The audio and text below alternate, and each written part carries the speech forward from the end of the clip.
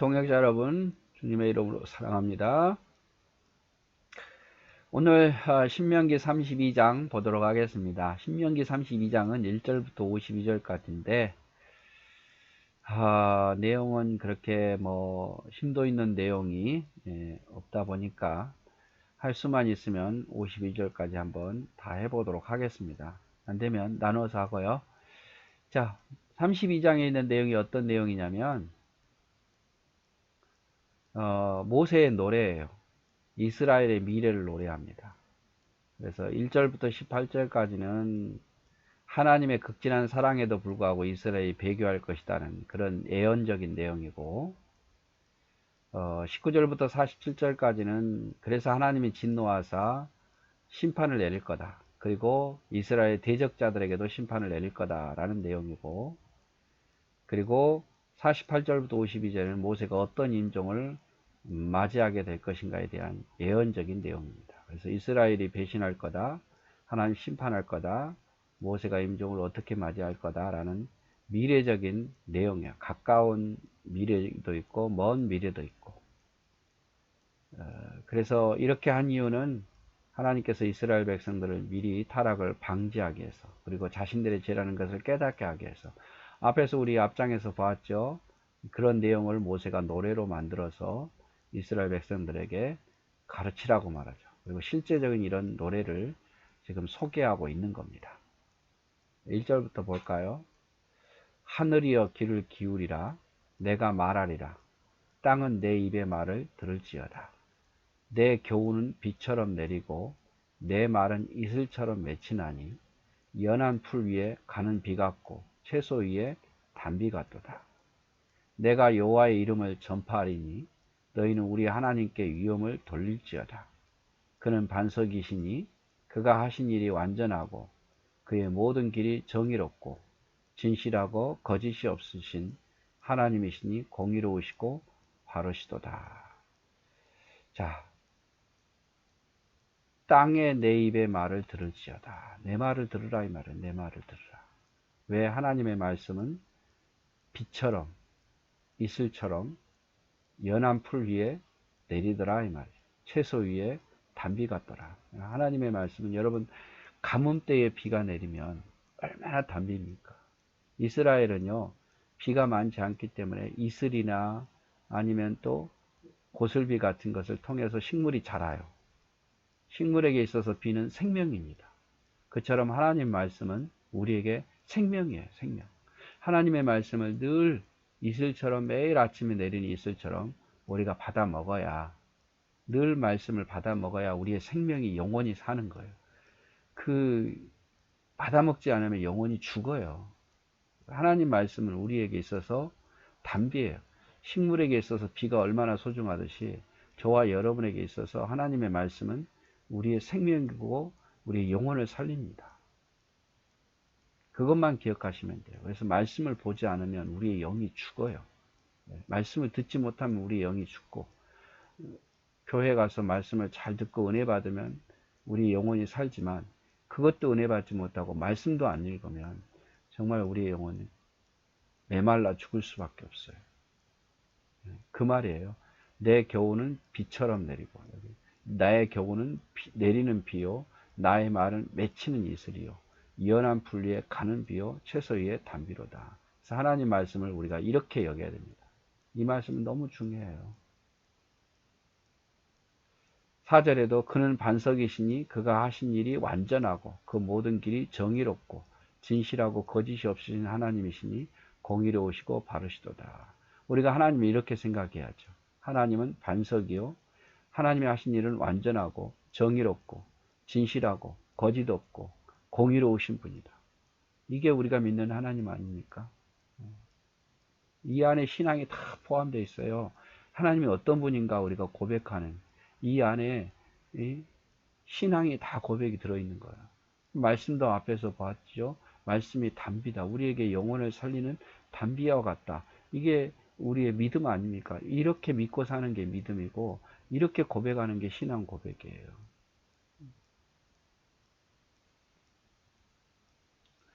5절 그들이 여호와를 향하여 악을 행하니 하나님의 자녀가 아니요 흠이 있고 삐뚤어진 세대로다. 악을 행하니, 이제 미래에 대한 예언이에요. 이스라엘이 어떻게 할 것인가에 대한 예언이 본격적으로 나옵니다. 여호와를 향하여 악을 행하니 하나님의 자녀가 아니요 흠이 있고 삐뚤어진 세대로다. 삐뚤어진 세대. 삐뚤어진 세대. 어리석고 지혜 없는 백성아, 여호와께 이같이 보답하느냐? 그는 내 아버지시요 너를 지으신 이가 아니시냐? 그가 너를 만드시고 너를 세우셨도다. 하나님이 너희를 얼마나 사랑하시는데 너희가 이렇게 보답하느냐? 어리석은 백성아, 하나님은 너의 아버지시요 너를 지으신 분이고 너를 만드신 분이 아니냐? 너를 세우신 분이 아니냐?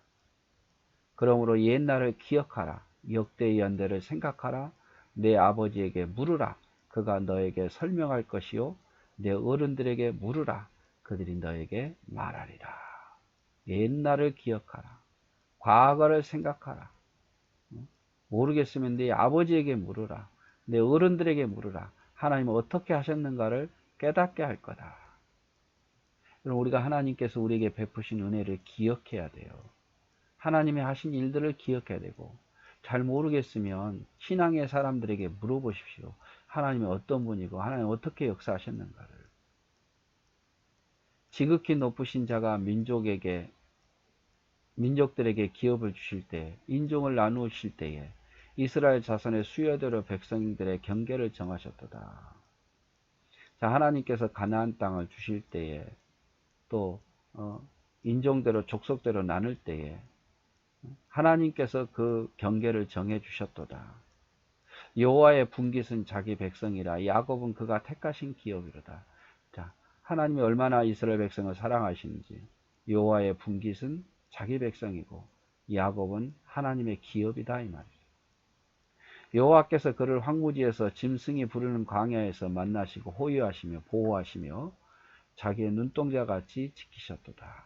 그래서 이스라엘 백성들 황무지에서 짐승에 부르짖는 광야에서 만나시고 호위하시고 보호하시고 눈동자같이 지키신 분이다 이 말이죠. 그래서 하나님이 이스라엘을 얼마나 사랑했는지, 얼마나 사랑했는지. 그는 내 아버지시고, 그는 너의 아버지시고, 너를 지으신 이시고, 너를 만드신 분이고, 너를 세우신 분이다 이 말이죠. 그리고 여호와의 분깃은 자기 백성이고 그가 택하신 기업이로다. 야곱은 너희는 하나님의 기업이고 하나님의 분깃이다. 그리고 여호와께서 너희를 황무지에서 짐승에 부르는 광야에서 만나고 호위하시며 보호하시며 너희를 지키신 분이다. 이런 하나님인데 이 어리석고 지혜 없는 백성들아, 여호와께 이같이 보답하느냐? 이같이 보답하느냐? 어리석고 지혜 없는 자들. 그리고 여호와를 향하여 악을 행하니 하나님의 자녀가 아니고 삐뚤어진 백성이로다. 자, 지금 이스라엘 백성들이 이렇게 했다는 게 아니야. 물론 과거에도 그랬고, 그런데 앞으로도 또 그럴 거란 말이에요. 가나안 땅에 들어가서. 이렇게 예언적인 내용이에요. 예언적인. 여호와께서 그를 황무지에서 짐승이 부르는 광야에서 만나시고 호위하시며 보호하시며 자기의 눈동자같이 지키셨도다. 근데 이걸 잊어버렸단 말이에요. 여러분, 하나님께서 여러분에게 베푸신 은혜 잊어버리지 않았습니까? 제 가운데 건져주신 거 잊어버리지 않았습니까? 연약하고 죄인된 우리를 예수 그리스도의 피로 사신 것을 잊어버리지 않았습니까? 하나님이 여기까지 먹고 살고 있게 하신 거 잊어버리지 않았습니까? 그렇게 눈물 흘리면서 하나님 이것만 해결해 주시면 하나님 내가 더 잘 섬기겠다 해놓고 그거 잊어버리지 않았습니까? 그거 은혜를 베풀었는데 말이에요. 그러면 안 된다 이 말이에요. 마치 독수리가 자기의 보금자리를 어지럽게 하며 자기의 새끼 위에 너풀거리며 그의 날개를 펴서 새끼를 받으며 그의 날개 위에 그것을 엎는 것 같이 여호와께서 홀로 그를 인도하셨고 그와 함께한 다른 신이 없었도다. 하나님께서 독수리가 그 새끼를 보호하고 양육하고 훈련한 것처럼 하나님께서 이스라엘 백성들을 그렇게 인도하셨단 말이에요. 어떠한 신도 너희를 애굽에서 인도하더냐? 어떠한 신이 너희를 광야에서 먹고 살게 하겠느냐? 어떠한 신이 가나안 땅을 너에게 주겠느냐 이 말이죠. 그러나 하나님께서 이스라엘 백성들을 끌어내시고 살게 하시고 새로운 땅을 주시고 그렇게 인도하셨고 그렇게 했는데 그런 신이 어디 있었느냐 이 말이죠. 독수리가 그 새끼를 기른 것 같이 하나님 하셨다 이 말이죠. 13절 여호와께서 그가 땅의 높은 곳을 타고 다니게 하시며 밭에 소산을 먹게 하시며 반석에서 꿀을 굳은 반석에서 기름을 빨게 하시며 소의 엉긴 젖과 양의 젖과 어린 양의 기름과 바산에서 난 순양과 염소와 지극히 아름다운 밀을 먹으시며 또 포도즙에 붉은 술을 마시게 하셨도다. 누가요? 여호와께서. 하나님께서. 중요한 건 하나님께서요. 하나님께서. 어떻게? 땅의 높은 곳을 다니게 하시고 밭에 소산을 먹게 하시고 반석에서 꿀을 굳은 반석에서 기름을 빨게 하시고 또 소의 엉킨 젖, 양의 젖, 어린 양의 기름, 바산에 난 순양과 염소, 지극히 아름다운 밀, 또 포도즙의 붉은 술을 누가 하나님이 먹게 하시지 않았느냐. 당연하게 생기는 게 아니라 그냥 우연하게 자기들을 의하게 생긴 게 아니라 여호와께서 그렇게 너희를 높이시고 반석에서 꿀을 먹게 하시고 밭에 소산을 먹게 하시고 기름을 먹게 하시고 포도주를 먹게 하시고 밀을 수확하게 하시고 모든 짐승에게서 젖을 먹게 하시고 누가 하나님이 하셨다. 그걸 잊어버리면 안 된다. 그걸 잊어버리면. 신명기 32장에 보면 독수리가 자기의 보금자리를 어지럽게 하며 자기 새끼에 너풀거리며 그 날개를 펴서 새끼를 받으며 그 날개에 그것을 없는 것 같이 여호와께서 홀로 하나님 홀로 이스라엘을 인도하셨고 다른 신은 없었다 이 말이죠. 다른 신은 없었다.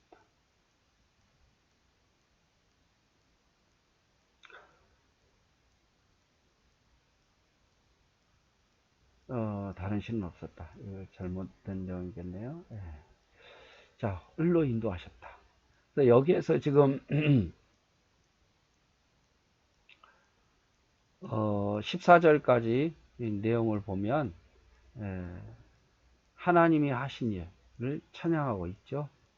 꼭 기억할 것은 하나님의 말씀은 비처럼 식물의 비처럼 단비와 같은 거고 또 하나님은 우리의 반석이고 모든 길을 정의롭고 거짓되고 공의로우신 분이다. 이걸 기억하라 이 말이에요. 이 말씀도 그렇고 2절 말씀 4절 말씀도 그리고 잊지 말라 하나님께서 너희를 어떻게 여기 보면 하나님께서 너희를 분깃으로 또 기업으로 황무지에서 부르짖는 광야에서 너희를 보호하고 인도하셨다. 근데 왜 너희는 이같이 보답하느냐. 더 나아가서 독수리가 날개를 품은 것 같이 너희를 품어주셨다.